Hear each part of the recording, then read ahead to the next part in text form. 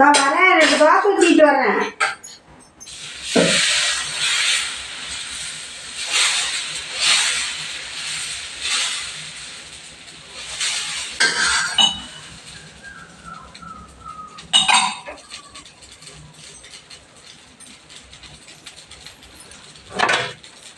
வணக்கம் மக்களே.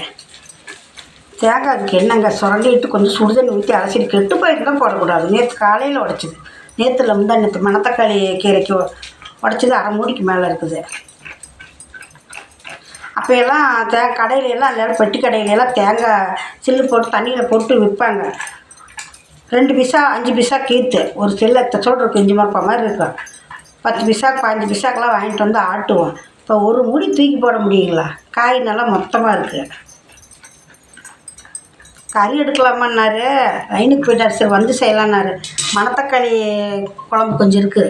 சரி பழைய சோத்தை எடுத்து பார்த்தா பழைய சோறு தான் சாப்பிடுவேன். ரொம்ப நொதப்பாக போகல. நேற்று சாதமே கொஞ்சம் குழஞ்சிருச்சு. அதனால் அதை சாப்பிட்டுட்டு இருக்கும்போது வந்தாருன்னா திட்டுவார்.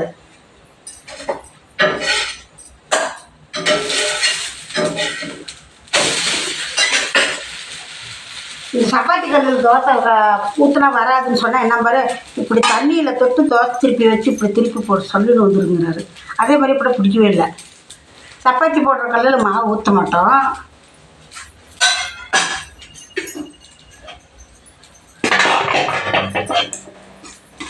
நைட்டு வத்த குழம்பு வச்சுது, அது கொஞ்சம் இருக்குது. நல்லா இருந்தால் நல்லா இல்லைன்னு எடுத்து வைக்க முடியுமா? இப்போ சாதம்லாம் போட்டுக்க மாட்டோமா? ஏன் சாதம் கொஞ்சம் வடிச்சிட்டு இருக்கணும். 2 தோசை ஊற்றிக்கிட்டா அவர் கறி எடுத்து வரேன். நான் லைனுக்கு போயிருக்கிறார். வரும்போது எடுத்து வச்சு அவருக்கு வந்து இந்த துவையிலே ரவுண்டு வச்சு 2 தோசை ஊற்றி கொடுத்து சாப்பிட்டுக்கு வரப்போ மத்தியானம் இருக்குது. தாங்க டீ 2 3 தடவை குடிப்பார். பாய் மக்களே.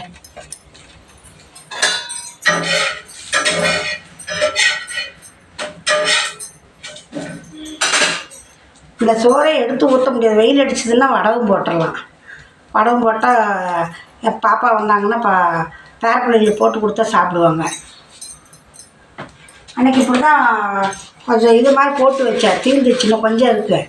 வெயில் அடிச்சதுன்னா சாதமெல்லாம் எடுத்து ஊற்றணுங்கிறதில்ல. அதனால 2 சீரகம், உப்புக்கல், ரவுண்டு மிளகா போடலினாலும் மிளகு வரத்தூள் போட்டு நல்லா நுங்கு பிசைஞ்சி நல்லா அதே கசகசன்னு இருந்தால் கூட நல்லா துணியில் போட்டு புழிஞ்சிட்டு அதை நம்ம வடகம் காய போட்டோம்னா சீக்கிரமும் காய்ஞ்சிரும். பாய் மக்களே.